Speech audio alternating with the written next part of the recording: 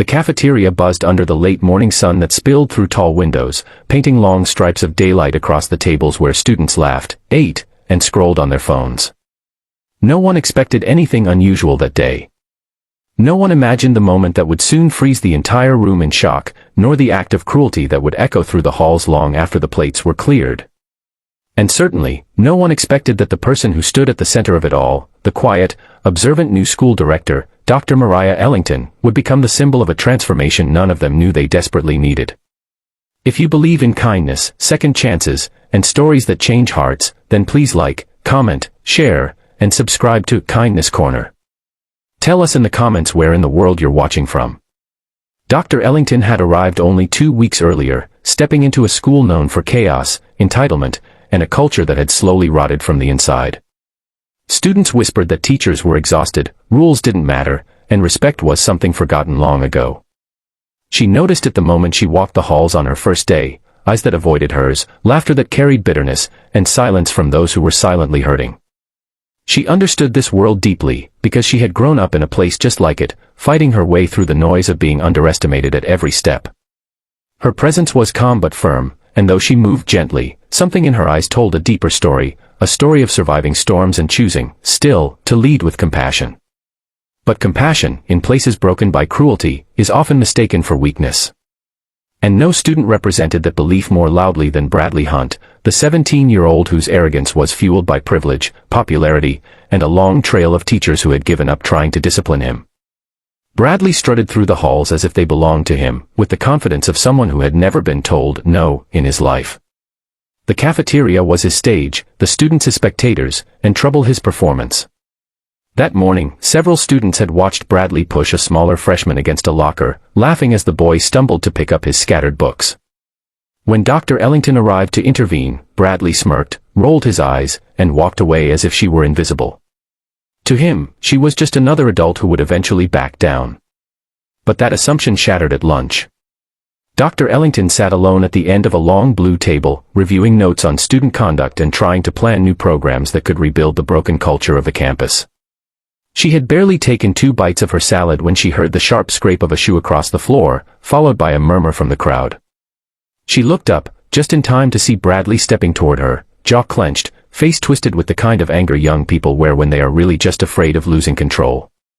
The cafeteria grew silent as he raised his voice, yelling something about her ruining everything, claiming she had no right to tell him how to behave, shouting things she had heard 1,000 times before from broken systems and misunderstood youth. She remained calm, her hands resting on the table, her eyes steady. But then, in one shocking moment, Bradley lifted his leg and aimed a kick at her shoulder. The room gasped. Phones rose. Food trays clattered. The world seemed to freeze. Dr. Ellington didn't fight back. She didn't shout, didn't panic, didn't even flinch. She simply reached up, steadying herself, and looked directly at Bradley, not with fear, but with a kind of sorrow that pierced deeper than anger ever could. And that look alone made several students shift uncomfortably. She stood slowly, smoothing her blazer, while Bradley waited, expecting the eruption, the fury, the punishment he thought he deserved. He wanted a battle. He needed the drama.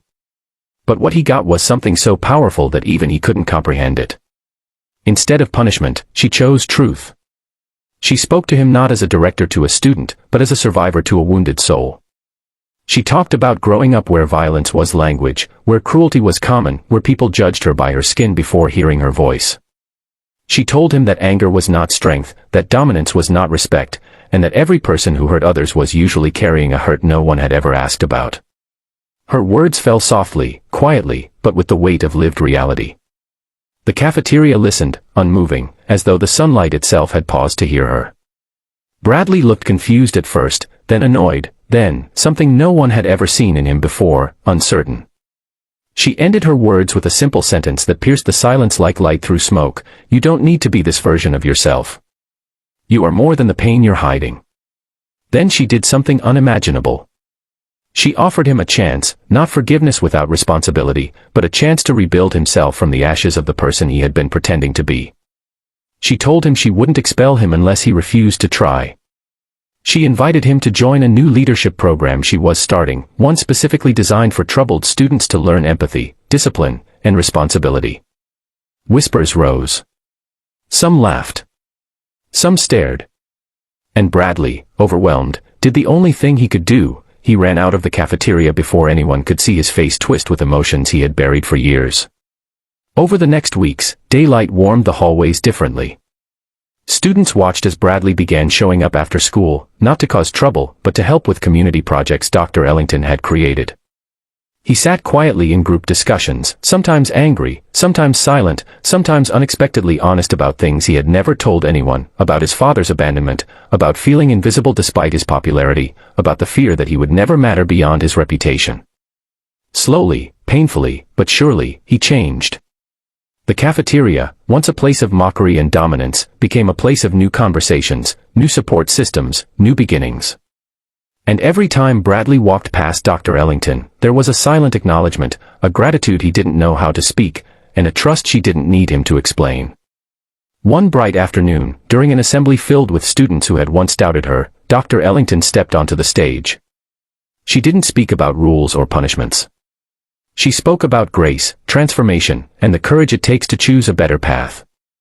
Bradley stood behind her, assisting with the presentation, and when she finished, the entire school rose in applause, not for her authority, but for her humanity.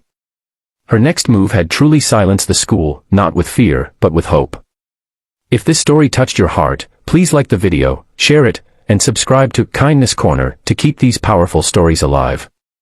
And before the ending, tell us in the comments, do you believe people can truly change if someone shows them compassion?